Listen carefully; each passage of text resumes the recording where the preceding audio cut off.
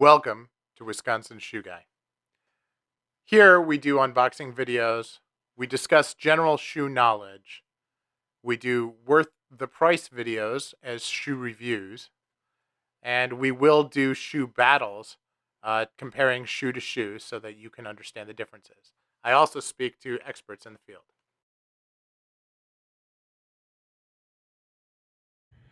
Welcome! Today we're going to talk about a pair of shoes, and this is going to actually be a review of both, but I wanted to actually put the shoes side by side because they are extremely similar, yet they're both made from different leathers and have a completely different welting process in them as well.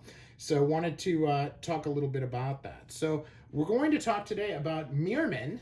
This is the 106.596 versus the 101.596. The 106.596 is hand welted, so that's what that 6 means. And the this is Goodyear welted, okay?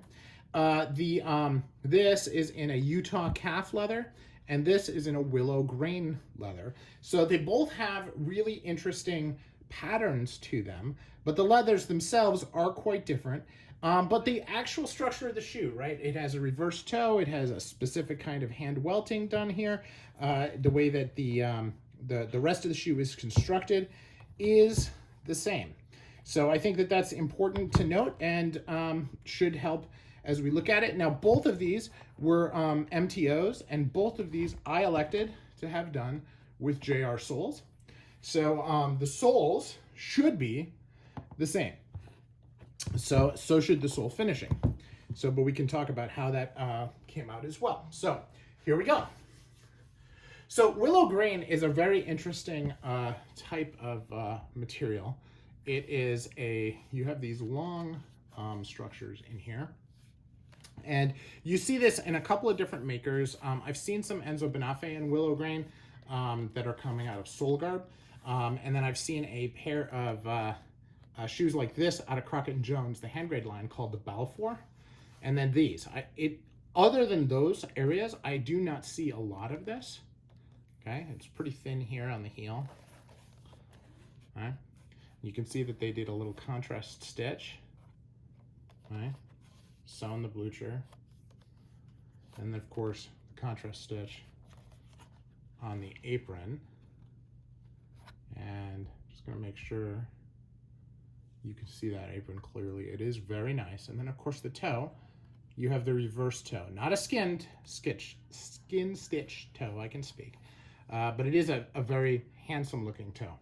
Now, when we go to here, this has the same stitching, but this is in Utah calf, which is a little bit oilier. And I would assume it's a little bit harder to work with because of it.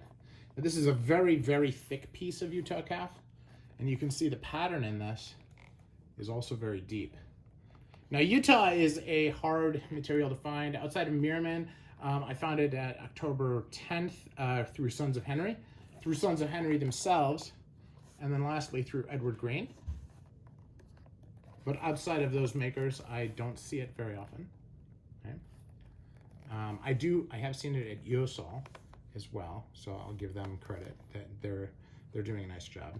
Now, what's interesting, and now keep in mind, these are both on Meermin shoe trees, okay? But if you look here, you can see the gap here versus the gap here on the shoe trees is actually pretty different.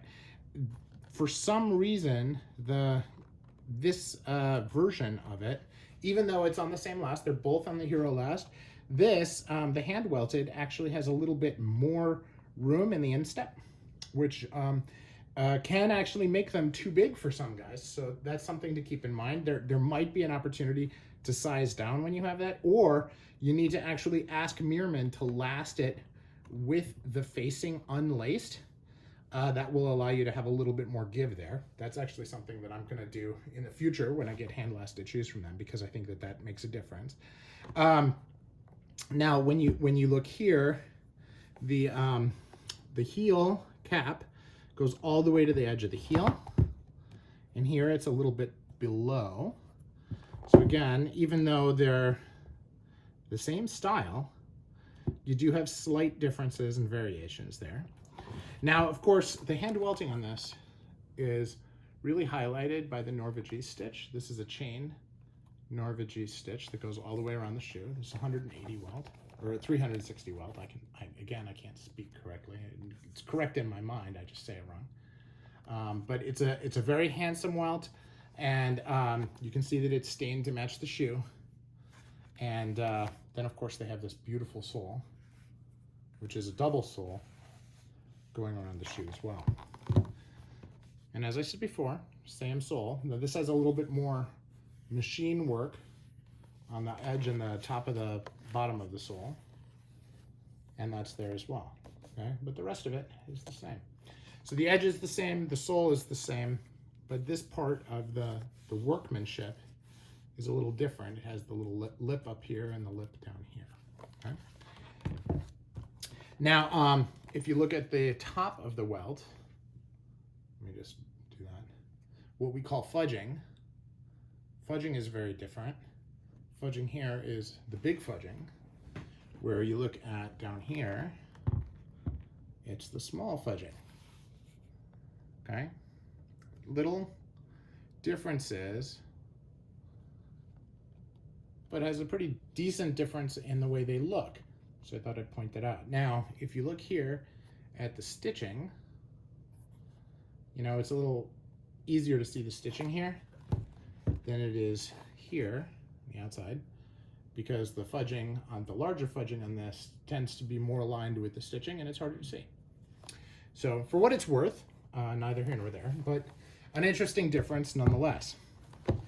So the shoes are very, very similar, but there are some differences. From a quality standpoint, they both seem to be pretty well constructed.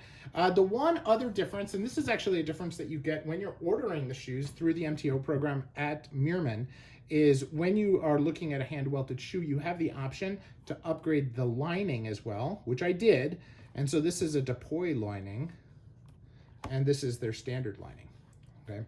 So a little bit different in that respect as well. So this is Wisconsin Shoe Guy. I thought that would be an interesting comparison for everybody, and a quick review of these two really remarkable shoes for the price. I mean, these are around 200 bucks. These are about, I think it's $280 for the increase for doing hand welted. So, and then they have the JR soles too. So I think these wound up at 250 versus about 500.